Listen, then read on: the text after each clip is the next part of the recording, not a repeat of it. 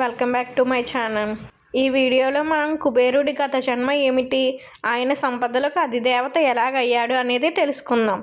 హిందూ సంప్రదాయంలోనే కాకుండా ప్రపంచవ్యాప్తంగా కుబేరుడికి భక్తులు ఉన్నారు. వివిధ దేశాలలో వివిధ రూపాలలో కుబేరుడిని పూజిస్తారు. కుబేరుడి సంపదలకు ఆదివేదత. తిరుమల వెంకటేశ్వర స్వామి పద్మావతి దేనిని వివాహం చేసుకోవడానికి కుబేరుడి దగ్గరికి అప్పు తీసుకున్నాడని, దానికి సంబంధించిన సాక్ష్యాలు ఇప్పటికీ రాగి రేకుల మీద లిఖిత రూపంలో ఉన్నాయని చెబుతారు. అయితే కుబేరుడి ధనానికి సంపదలకు ఆదిదేవత ఎలా అయ్యాడు, కుబేరుడి గత జన్మ ఏమిటి, దీని గురించి తెలుసుకుంటే, కుబేరుడు రాక్షసులు తమ చక్రవర్తి రావణుని సంహారం తర్వాత కుబేరుని చక్రవర్తిగా ఎన్నుకుంటారు.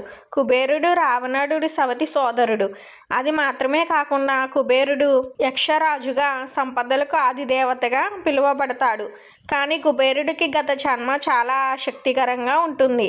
దొంగతనం. కుబేరుడు గత జన్మలో ఎంతో గొప్ప పుణ్యం చేసుకుంటే తప్ప తదుపరి జన్మలో సంపదలకి అధిదేవత అయ్యేంత గొప్పగా జన్మించి ఉంటాడని ప్రతి ఒక్కరూ అనిపిస్తుంది. కానీ గత జన్మలో కుబేరుడు దొంగతనానికి ప్రయత్నించి మరణించిన వ్యక్తి. ఇలాంటి వ్యక్తి సంపదలకు ఆదిదేవత ఎలా అయ్యాడంటే, గత జన్మ. పురాణాల ప్రకారం కుబేరుడు గత జన్మలో ఒక బ్రాహ్మణ కుటుంబంలో జన్మించిన వ్యక్తి. పుట్టడం బ్రాహ్మణ కుటుంబంలో అయినా చెడు సవాసాల కారణంగా జూదం ఆడేవాడు. జూదం ఆడటంలో భాగంగా తమ తల్లిదండ్రులు తమ తాతలు సంపాదించిన ధనాన్ని మొత్తం జూదంలో పోగొట్టాడు. కుబేరుడు ఇంత చేస్తున్నా సరే తన తల్లి మాత్రం కొడుకు చేస్తున్న పనులను సమర్థిస్తూ ఒప్పించుకుంటూ ఉండేది. కుబేరుడు చేసే పనులు ఆయన తండ్రికి తెలియనివ్వకుండా ఆమె జాగ్రత్త పడింది.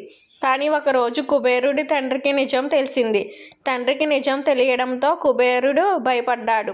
ఇంటి నుండి పారిపోయి ఒక శివాలయంలో దాక్కున్నాడు. శివాలయంకి వచ్చిన భక్తులు ఆలయంలో పూజలు జరిపి ప్రసాదం అందరికీ పంచిపెట్టి ఆ తర్వాత అందరూ వారి వారి ఇళ్లకు వెళ్ళారు. పూజారి మాత్రం గుడిలోనే పడుకున్నాడు. బాగా చీకటి పడ్డాక గుడిలో ఉన్న కుబేరుడికి ఆకలి దాహం ఎక్కువయ్యాయి. గుడిలో ప్రసాదం ఉంటే తినాలని గుడిలో దీపం వెలిగించి ఆ దీపం వెలుగులో ప్రసాదం కోసం వెతకడం మొదలుపెట్టాడు. కానీ గాలికి దీపం మళ్ళీ మళ్ళీ ఆరిపోతూనే ఉంది. కుబేరుడు దీపాన్ని మళ్ళీ మళ్ళీ వెలిగిస్తూనే ఉన్నాడు. ఇదంతా జరుగుతున్నప్పుడే గుడిలో పూజారికి మెలకువ వచ్చింది. కుబేరుడు దొంగ అని పూజారి అనుకున్నాడు.